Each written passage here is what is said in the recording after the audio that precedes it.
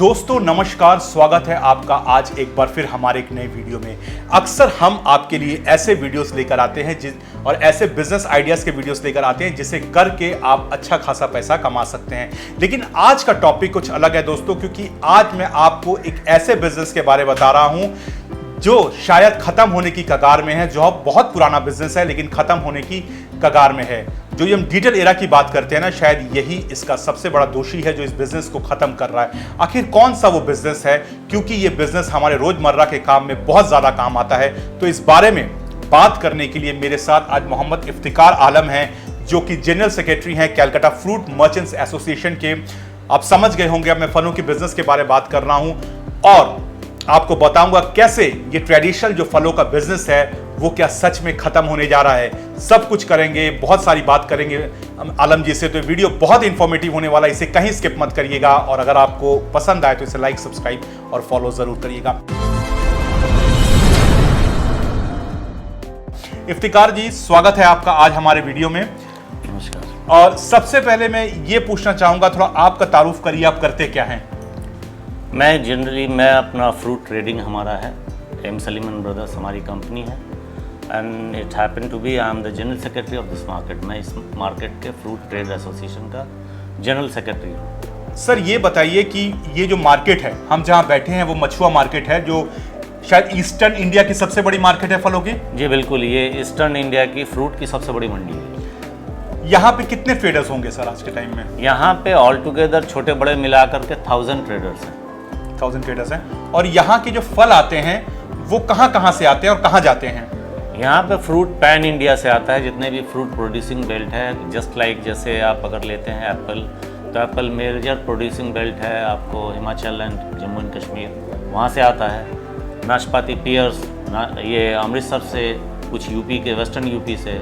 Mango वगैरह UP है, बंगाल खुद अपना प्रोड्यूस करता है, बिहार से आता है। तो इसी तरह से जो भी प्रोडक्ट है सारा जो है जहाँ प्रोड्यूसिंग बेल्ट है पैन इंडिया से यहाँ सब कुछ आता है। और ये फल कहाँ जाता है फिर? ये पहले तो ये बहुत बड़ा इनका हमारी मार्केट का दायरा था। जैसे यहाँ से बांग्लादेश जो है वो टोटल जो भी फ्रूट जाता था यहाँ की मंडी से हो करके ही जाता था वो। अब वो सारा कुछ डायरेक्ट जाने लग गया है। पहले जहाँ से प्रोड्यूस होता है वहीं से डायरेक्ट बांग्लादेश के लिए जो भी कुछ जाना होता है जाता है। सेकेंडली ये है कि नॉर्थ ईस्ट की मंडियाँ जो है वो सारा डिपेंडेंट हमारी मार्केट पर थी। झारखंड की मंडियाँ थी, to some extent Bihar and Orissa की मार्केट भी, बहुत सारी मार्केट हमारे हाथ में थी, जो अब नहीं है। अब सैचुरेट हो गया ये। कई कारण है इसके। एक तो डाइल्यूशन भी है, सारे लोग डायरेक्ट पहुंचने लग गए due to lot of issues like communication. अब पहले की तरह तो है नहीं। Infrastructure, road infrastructure, transportation, everything काफ़ी डेवलप हुआ। अब लोग सब डायरेक्ट पहुँचने लगे। आप इस बिजनेस में कितने साल से हैं? मैं पर्सनली इस काम को ऑलमोस्ट 38 ईयर से कर रहा हूँ। 38 साल से कर रहे हैं। लगभग शायद 1980-82 के तकरीबन आपने इस बिजनेस को ज्वाइन किया होगा। ये मंडी बहुत पुरानी है, इस पे बहुत सारे लोगों के परिवार चलते हैं इस बिजनेस पे। बहुत सारे लोग, बहुत सारे इनडायरेक्टली डायरेक्टली बहुत सारे लोग इन्वॉल्व है। आपने जैसे बताया कि अब डाइल्यूशन हो रहा है, तो ये बताइए कि ये जो डाइल्यूशन हो रहा है, आज जो फल मार्केट है, आपका फ्रूट का बिजनेस है, क्या प्रॉब्लम आप फेस कर रहे हैं आज के टाइम में जो इस फल मार्केट को अब खत्म कर रही है? ये हमारी मार्केट का सबसे बड़ी प्रॉब्लम जो है वो है, चूँकि अनऑर्गेनाइज होने की वजह से यहाँ पे हमारी फाइनेंशियल सिक्योरिटी है नहीं। हमें माल किनको बेचना है? माल बेचना है हॉकरों को, माल बेचना है सड़क पे बेचने वाले को। ऐसे ही ट्रेडर्स होंगे जिनके पास अकाउंट तक होल्ड नहीं करते हैं, उनको ज़्यादातर कैश में ही काम जो है वो करते हैं। वो बिल्कुल ज़्यादातर क्या टोटल ही कैश में काम करते हैं। तो इनके साथ, और चूँकि हम पेरिशेबल में डील करते हैं तो हम ज़्यादा होल्ड भी नहीं कर सकते फ्रूट को रोटन होने की वजह से। तो अराइवल अगर ज़्यादा हो गया तो ये सब मतलब ख़रीदारों को माल दिया, उनका नहीं बिका, उनका रॉट हो गया। तो इस चक्कर में क्या है, पैसा बहुत डूबने लगा। अब एक कॉर्पोरेट कल्चर आ गया सर यहाँ पे। लाइक कॉर्पोरेट कंपनियां फल खरीद रही हैं, रिलायंस फ्रेश हो गया, या बहुत सारी कंपनियां हैं जो कहती हैं कि हम आपको ताज़ा फल सप्लाई करेंगे। ये ट्रेडिशनल बिजनेस है आपका। अभी जो ताज़ा फल सप्लाई कर रही हैं वो लोग, क्या वो आपसे माल ले रही हैं या वो फार्मर से ले रही है? क्या रहा ये बिजनेस में? नहीं, ये जो रिटेल में जितने भी कर रहे हैं वो यहाँ मंडी से आके लेते हैं। अच्छा। लेकिन जो बड़ी MNCs हैं like Adani and all big companies, बहुत सारी कंपनियां अब आ गई है। तो ये सारे प्रोक्योर करते हैं फ्रूट को और वो स्टैक करते हैं, स्टोर करते हैं। डायरेक्ट फार्मर से प्रोक्योर करते हैं और वहीं पे उन्होंने अपना इंफ्रास्ट्रक्चर डेवलप किया है और वहाँ वो स्टॉक करते हैं। फिर वो जब सीज़न ऑफ होता है फिर वो अपनी मनमानी दाम के एतबार से रेट कोट करते हैं और हमें अगर लेना है तो उस रेट में लेना पड़ता है। यानी वो सामान को होल्ड कर लेते हैं, फिर वो बेचते हैं जब उपयुक्त टाइम होता है, उस टाइम पे वो सब माल बेचते हैं, अपना प्रोडक्ट्स बेचते हैं। बिल्कुल। आपको क्या परेशानी इससे हो रही है? क्या फार्मर, आपको किसान अब यहाँ नहीं बेचना चाहता है, मंडी में नहीं आना चाहता, डायरेक्ट कॉर्पोरेट को देना चाहता है? प्रॉब्लम्स क्या आपको फेस आ रही है? नहीं, प्रॉब्लम्स बहुत सारी हमें है क्योंकि हमारे पास आज अभी इस तरह का एक तो सब जगह लोकल मंडियाँ बन गई हैं। जैसे हिमाचल में, मतलब इंडिया के हर स्टेट में जो प्रोड्यूसिंग है, महाराष्ट्र में जितनी भी, सब वो वहाँ पे ही मंडी लगा करके बैठे हैं और उन्होंने इस तरह से मोनोपोलाइज कर लिया है कि वो माल अब डायरेक्ट बाहर जाने के लिए हमको बाई आउट करके लेके आना है, ख़रीद के लेके आना है। ख़रीद के जब हम लाते हैं तो मंडी का काम पहले ग्रोवर से डायरेक्ट था, वो रादर फेयर काम होता था। मंडी जब से डेवलप हुई है वहाँ पे बहुत अनफेयर प्रैक्टिस चलता है, उसमें जा कर के हम लोगों के लिए सर्वाइव करना बहुत मुश्किल हो गया। तो क्या जो छोटे व्यापारी हैं, ये अब जो कॉर्पोरेट कल्चर आया है, छोटे व्यापारी का ख़त्म हो जाएंगे? आपको क्या लगता है? MSME सेक्टर तो ऑलरेडी ख़त्म हो रहा है। इस ट्रेड में तो जो छोटे व्यापारी हैं वो बिल्कुल ख़त्म होने के कगार पे आ चुके हैं। अगर हम मछुआ की बात करें, पिछले 2-3 सालों की बात करें, तो कैसे हालात रहे हैं यहाँ पे? कितने लोग इससे धंधा छोड़ के चले गए हैं या कोई और बिजनेस में चले गए हैं? इससे बहुत सारे लोग, ऑलमोस्ट 50% लोग तो डिफ़ॉल्टर होके या बिजनेस को क्विट करके यहाँ से मंडी छोड़ चुके हैं। जो बाकी बचे भी हैं तो they are not in a good shape, उनके हालात भी अच्छे नहीं हैं। और इसकी जिम्मेवारी या ब्लेम किसको देते हैं इसका? इसकी जिम्मेवारी टू सम एक्सटेंट हम कहेंगे कि हमारे गवर्नमेंट की पॉलिसीज़ भी है। जैसे हमारी मार्केट का एक और प्रॉब्लम बड़ा है कि हम लोगों के लाख कोशिश के बावजूद गवर्नमेंट ने कभी इस मंडी को शिफ्ट करने के लिए सोचा ही नहीं। आज आप देख रहे हैं ये हमारी मार्केट की हालत क्या है। जी, बारिश में तो आना मुश्किल हो जाता है यहाँ पे। बिल्कुल, और नॉट ओनली बारिश में, हम काम करने की हालत भी यहाँ पे नहीं है। हमारे पास बायर क्यों आए? उनके आने के लिए जगह तक नहीं है, जाने के लिए जगह नहीं है। अगर वो सुबह माल लेते हैं तो नो एंट्री की वजह से उनका माल रात में, नो एंट्री के बाद जो नो एंट्री ब्रेक होगा तब वो माल यहाँ से उठेगा और उनका जाएगा।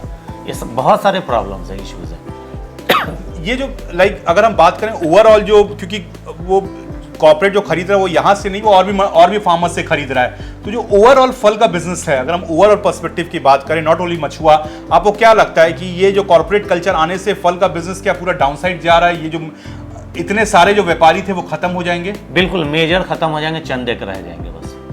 चंद कौन? जो बड़े व्यापारी हैं? बड़े व्यापारी सिर्फ वही रह जाएंगे। लेकिन तादाद तो बहुत ज्यादा छोटे व्यापारियों की है यहाँ पे। बिल्कुल, इसमें छोटे व्यापारी ही ज्यादा हैं, लेकिन ये धीरे धीरे ये बिल्कुल छोटे व्यापारी मार्जिनलाइज हो गए हैं। अब इनके लिए स्पेस बचा नहीं है। और किसान भी ये चाहता है कि वो डायरेक्ट बेचे, और किसान देखता है अपनी सहूलियत कि उनके घर के पास उन्होंने डेपो लगा दिया है जी, उनका प्रोडक्ट वहीं पे बिक जाता है। इनकी फाइनेंशियल कैपेसिटी है, वो पैसा कैश में उनको दे देते हैं, मामला वहीं पर उनका क्लियर हो जाता है। वो देखते हैं इतना दूर लेके जाएंगे, क्या होगा नहीं होगा, वो परेशानी क्यों पाले। किसान भी अपनी जगह सच्चे हैं।